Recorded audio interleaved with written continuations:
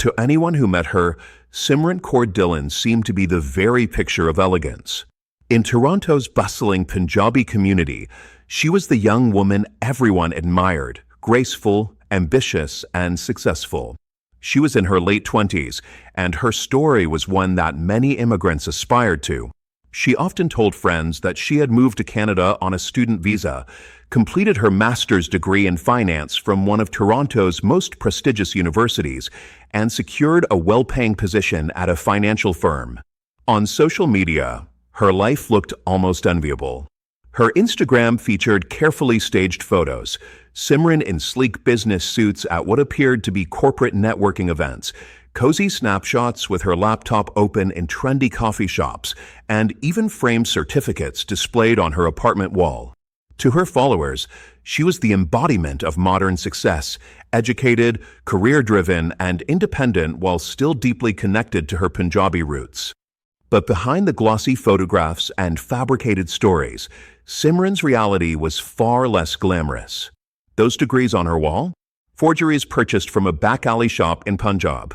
Those networking event pictures? Staged using borrowed passes from acquaintances who attended such gatherings. And the career she flaunted? Non-existent. In truth, Simran scraped by on under-the-table jobs, often working in small businesses for cash. On the side, she occasionally helped members of the community arrange fake documents, charging a fee for her connections.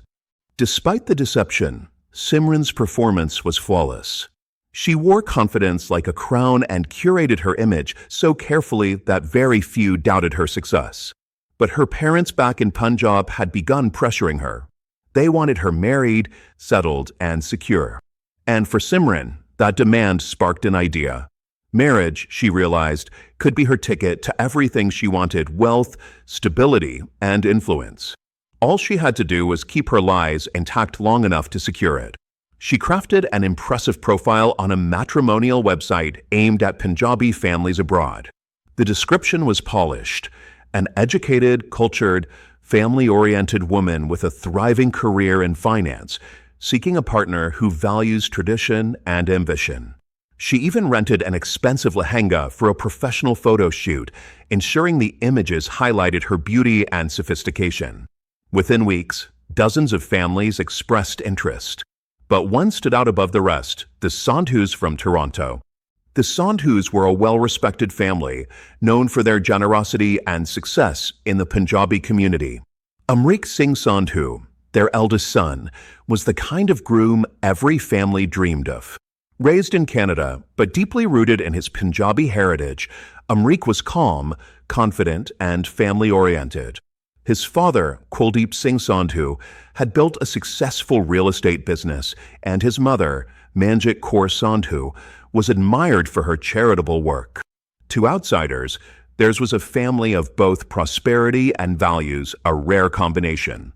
When Amrik's parents came across Simran's matrimonial profile, they were instantly impressed. Her supposed Canadian master's degree and her career in finance made her seem like the perfect match.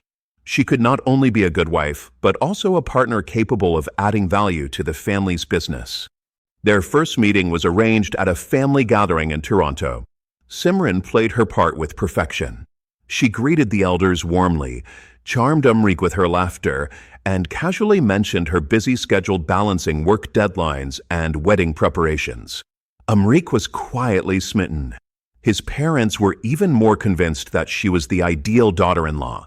Over the following months, gifts were exchanged, lavish pre-wedding events were planned, and a grand banquet hall was booked. Simran's parents, Baldev Singh Dhillon and Sarbjit Kaur Dhillon, traveled proudly from Punjab, thrilled that their daughter had secured such a prestigious match. The wedding was quickly being called one of the most anticipated events in Toronto's Punjabi circles. But beneath Simran's radiant smile, a storm brewed. She knew she was playing a dangerous game. Her fake degree had fooled acquaintances for years, but marrying into such a prominent family meant more eyes, more questions, more risks. Still, she told herself it was just a small lie for a bigger purpose. People married for far worse reasons. All she needed to do was hold the illusion together a little longer. 2 days before the wedding, the Sandhu household felt like the heart of celebration itself.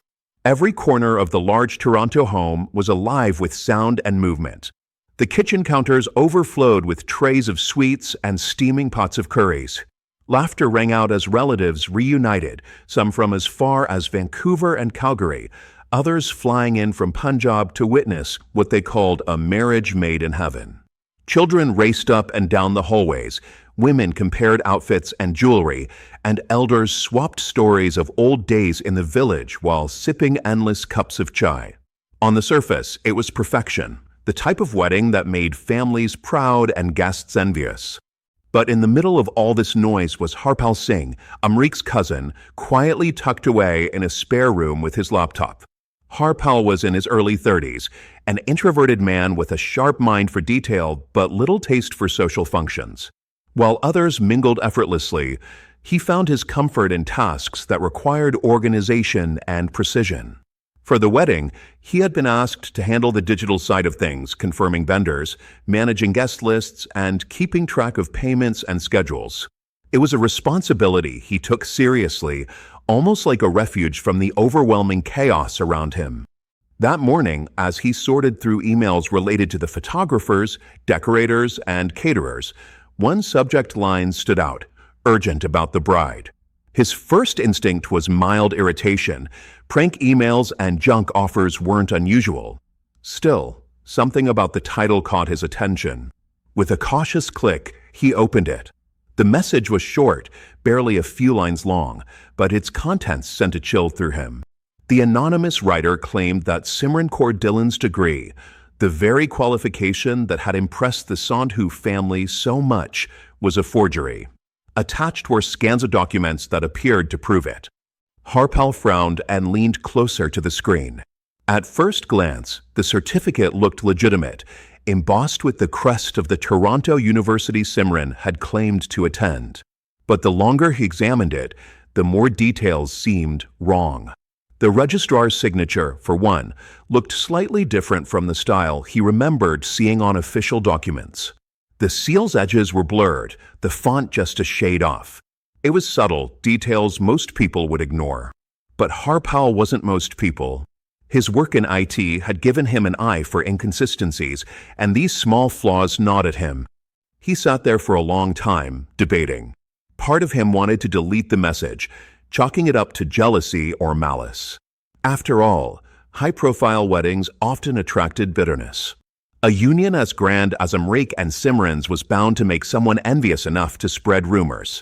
But the other part of him, the cautious, detail-oriented side, couldn't shake the feeling that something about this wasn't just gossip.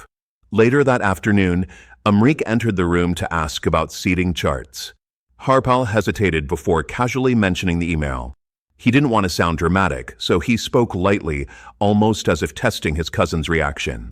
Amrik frowned, brushed it off, and changed the subject. Yet, even as he laughed with relatives and posed for photos later in the evening, the words stuck with him. That night, long after guests had gone to bed and the house grew quiet, Amrik sat alone with his laptop. His heart was heavy, but his curiosity stronger. He drafted a polite, professional email to the registrar's office of the university Simran had claimed to graduate from. His message was short, requesting verification of her degree and including the student ID number listed on her certificate. The reply arrived quicker than he expected, less than 4 hours later. The words were blunt, almost sterile in their formality. "We have no record of this individual graduating in the year provided." Amrik stared at the screen in silence. He read it once, twice, 3 times. Each repetition made his chest tighten. The room around him felt suddenly smaller, the air heavier. How could this be? Could Simran really have built their entire relationship on a lie this large? He wanted to believe there was some mistake, some clerical error. But the university's reply left no room for doubt. He sat back in his chair, mind racing. Hundreds of guests were already in town. The halls were booked, the food paid for, and his parents were glowing with pride. Exposing Simran before the wedding would mean public humiliation, not just for her, but for both families. Yet the thought of marrying her, knowing what he now knew, felt like betrayal to himself, his family, and everything they stood for. By dawn, Umrik had made his decision. He wouldn't cancel the wedding quietly. He would wait until the ceremony, in front of everyone, and reveal the truth. It would be brutal, public, and unforgettable. But in his heart, he believed it was the only way to stop the lie before it consumed them all. The morning of the wedding broke with golden sunlight streaming across Toronto. At the Grand Banquet Hall, decorators had worked overnight, transforming the space into a glittering palace. Strings of fresh marigolds and roses lined the aisles, their fragrance mingling with the rich aroma of chai being poured for early arriving guests. Crystal chandeliers sparkled above the stage, casting warm light on the ceremonial setup. Musicians tuned their instruments in one corner, their notes blending with the chatter of relatives greeting one another after years apart. To the hundreds of guests filling the hall, it looked like the perfect beginning to a joyous union, a day destined to be remembered for its beauty. But for Umrik Singh Sandhu, the groom, the magnificence felt hollow. Beneath the cream-colored sherwani he wore, his heart was a storm of conflict. All through the previous night, he had stared at the email from the university registrar, the words replaying in his mind until they felt like a scar carved into his thoughts. No record found of this individual. With every passing hour, the weight of what he had discovered pressed harder on his chest. He had not told his parents. He knew exactly how they would react. They would beg him to stay quiet, to protect the family's honor, to avoid scandal at all costs. But Umrik's mind was set. He could not marry Simran under the shadow of a lie this deep. Meanwhile, across town, Simran Kaur Dhillon was being dressed by her relatives and makeup artists. The red and gold lehenga she wore shimmered with every movement, the heavy embroidery catching the light as if woven with fire. Her jewelry glistened against her skin, every bangle and necklace carefully chosen to project wealth and grace. To the relatives crowding her hotel room, she looked breathtaking, a bride straight out of a fairy tale. Yet inside, Simran was a tangle of nerves. She had carried the secret of her forged degree for years, but never had the stakes been this high. As she looked at herself in the mirror, she whispered silent reassurances. It's only one more day. After today, everything will be secure. Just smile. Just hold it together. By noon, she entered the banquet hall and the atmosphere shifted. Conversations quieted as guests turned to admire her. Some gasped softly, others whispered compliments. Even those who had attended countless weddings felt compelled to say she looked extraordinary. Simran smiled, her expression serene, but deep in her chest, her heart thudded nervously. She joined Umrik on the stage. Cameras flashed, capturing every angle, the poised groom, the radiant bride, the families sitting with folded hands as the priest began the sacred rituals.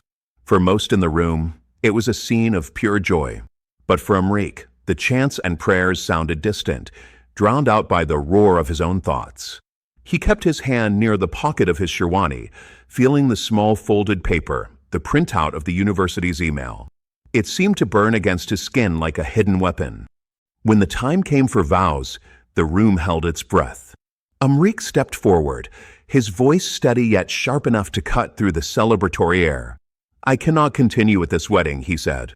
The words fell heavy, echoing in a stunned silence.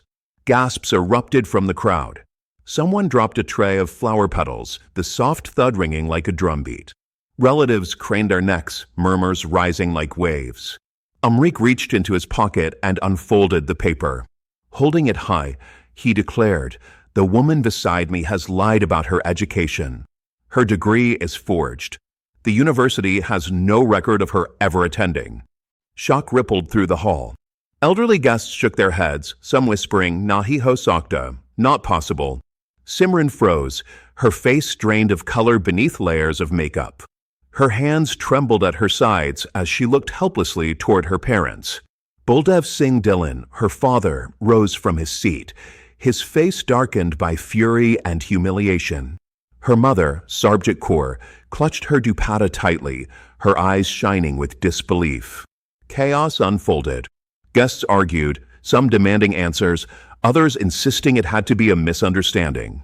The priest quietly stepped back, the sacred fire between the couple flickering as though unsettled by the sudden storm. Cameras, which had been meant to capture a joyous union, continued rolling, documenting every second of the collapse. For the first time, Simran's carefully constructed facade cracked. Her lips parted as if to speak, but no words emerged loud enough to rise above the noise of the crowd. Tears welled in her eyes, threatening to smudge her flawless makeup. But Amrik didn't wait for her explanation. He turned, stepped down from the stage, and walked away, each step heavy with finality. Behind him, Simran stood alone under the glittering chandeliers. The flowers, once vibrant, now seemed to wither under the weight of humiliation. The perfect wedding had shattered in an instant. And while the guests would go home with a scandal to gossip about for years, for Simran, this was only the beginning of a far darker story. The days after the disastrous wedding were marked by a silence heavier than any storm. In the Dillon household, the grand celebrations that were supposed to echo with music and laughter had instead turned into hushed conversations and closed doors. Relatives who had flown in from far away packed their bags quickly, some leaving without even saying goodbye, unable to face the shame of staying longer. Neighbors whispered when they saw Buldev or Sarbjit step outside, their eyes filled with a mix of pity and curiosity.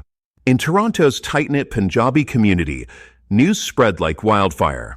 Within hours, everyone knew the Sandhus had called off the wedding at the Mandip, and the bride's education was a lie.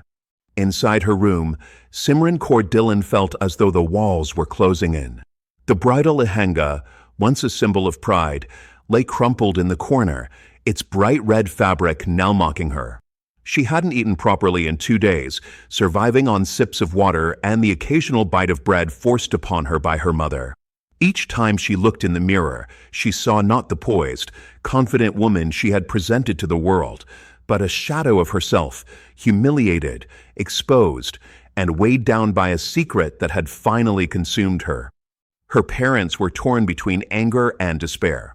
Buldev Singh Dillon could barely look at her. He paced the house, his silence louder than any shouting could have been.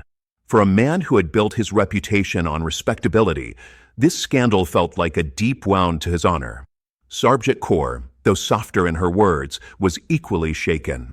She would sit at the edge of Simran's bed, holding her hand, her voice trembling as she whispered, "Beta, we will find a way. People forget. Time heals." But Simran knew better. She had lived in Canada long enough to understand that scandals didn't fade in this community. They lived on in whispers at weddings, in sly glances at grocery stores, in hushed conversations that outlived decades. As the week dragged on, the pressure on Simran became unbearable. Some of her friends stopped answering her calls. Others texted, but their words were careful, distant, as though her humiliation was contagious. Online, rumors began swirling. A few cruel posts surfaced, mocking the Dillons, some even creating memes about the fake bride. Every notification on her phone felt like another dagger. On the 6th night, something inside her broke. After hours of pacing her room, Simran sat at her desk and scribbled a short note on a piece of paper. The handwriting was shaky, smudged by tears. The words were brief, filled with pain but no detail, only a final plea: "I am sorry. I cannot bear this anymore." She folded it carefully, leaving it beneath a framed photo of her parents.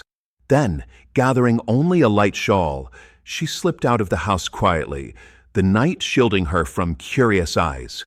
The Dillon home was silent when she left. Her father had finally fallen into an uneasy sleep on the living room couch, exhaustion overcoming his anger. Her mother, worn out from weeping, was in her room. No one saw Simran step out into the cold night, her figure swallowed by the darkness as she disappeared down the quiet street. By morning, when Sarbjit went to wake her daughter, the bed was empty. At first, she thought Simran had gone for a walk to clear her head. But when she found the note, her scream echoed through the house. Buldev rushed upstairs, the color draining from his face as he read the message. Panic spread like fire. Calls were made to relatives, to neighbors, to anyone who might have seen her. but there was no trace. Hours later, the Dillons went to the police to report her missing. The officers, though calm and professional, exchanged subtle glances. A young woman, disgraced publicly at her own wedding, leaving behind an apology note, the implications were obvious. Investigators began searching nearby areas, questioning family members, and tracing her phone activity. But as the days passed, hope began to dwindle. Each sunrise brought more dread than comfort. To her family, Simran was no longer just missing. She was vanishing into a silence that seemed final, a void that grew darker with each passing hour. And though no one dared to say it out loud, a haunting fear began to creep into everyone's mind that this disappearance was not a beginning, but an end.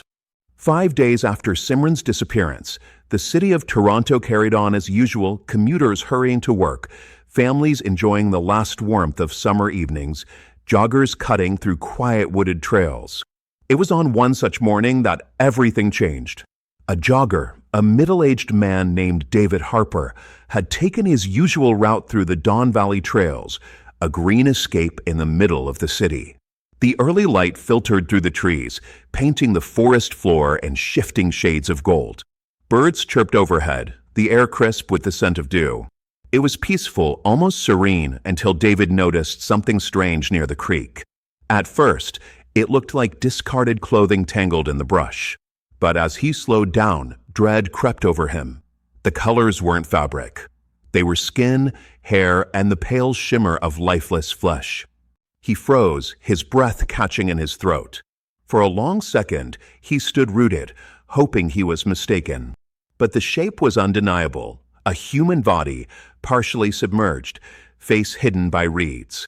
Heart pounding, David stumbled back, fumbling for his phone with trembling hands. His call to 911 was brief, his voice broken as he stammered out the details. Within the hour, the once quiet trail was swarming with police tape, flashing lights, and uniformed officers. Investigators moved carefully around the scene, speaking in hushed tones. The body was retrieved, laid gently onto a stretcher, and covered with a white sheet. Though decomposition had begun, the clothing provided the first clue. Beneath the mud and water damage was the same richly embroidered lehenga Simran had worn on her wedding day. It was undeniable. The missing bride had been found, and she was dead. Forensic experts worked meticulously. They noted signs of blunt force trauma to her skull, bruising on her arms suggesting she had struggled, and ligature marks that hinted at strangulation. It was brutal, personal, the kind of violence that spoke of rage, not accident. But the most chilling detail wasn't her injuries. It was what they found in her belongings. Tucked inside a small clutch, remarkably dry despite the water, was a USB flash drive. Back at the forensic lab, detectives loaded the contents. What they discovered sent ripples of shock through the department. The flash drive contained scanned passports, forged immigration papers, and multiple certificates, all with different names, but linked by a single thread. They had all been created for marriages of convenience. Dozens of them. Some were clearly connected to Simran, others pointed to a wider network. And in several files, a name appeared repeatedly, Ravinder Gill. To the detectives, the pieces of the puzzle began forming a darker picture. This wasn't just a bride ashamed of a lie. This was a woman entangled in something larger, something organized, criminal, and dangerous. When news of the discovery broke, the community reeled. What had begun as gossip about a canceled wedding now transformed into horror. The once whispered story of a fake degree turned into front-page headlines. Missing bride found dead, links to marriage fraud ring suspected. At the Dillon home, the police officers delivered the confirmation no parent ever wants to hear.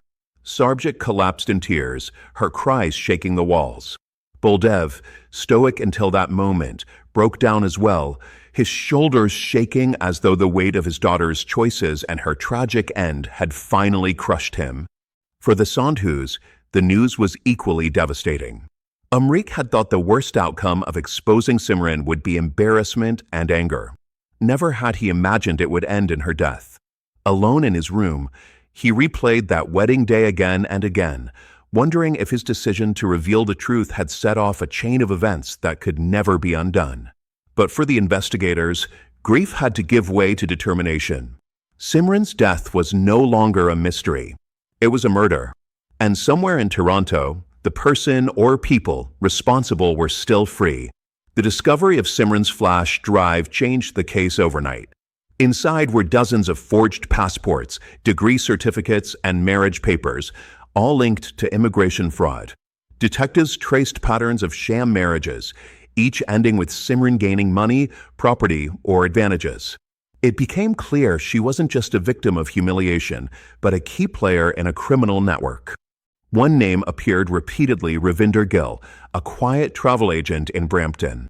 On the surface, he was unremarkable, but police records had long tied him to forged credentials and fake visa operations.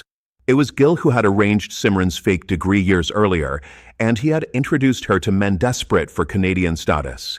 Investigators learned that after the wedding scandal, Simran demanded a bigger cut of the profits and threatened to expose Gill's entire operation. For him, such a threat was dangerous. Exposure would destroy his business and freedom. Evidence quickly mounted. Phone records placed Gill near the wooded area where Simran's body was found. CCTV from a nearby gas station captured his dark sedan that same night, and a witness recalled seeing a nervous man matching his description near the scene. Forensics tied the flash drive files to a computer registered to his travel agency, including a spreadsheet showing Simran had received over $60,000 in the past year. Under pressure, one of Gill's associates confessed. He revealed that Gill had lured Simran out under the guise of helping her flee Canada. Instead, an argument broke out over money. In a fit of rage, Gill strangled her and dumped her body in the woods. Gill was arrested and charged with first-degree murder, conspiracy to commit immigration fraud, and forgery. His trial exposed not only Simran's secret life, but also a wider network that had exploited immigrants for years. The trial of Ravinder Gill shook the community to its core.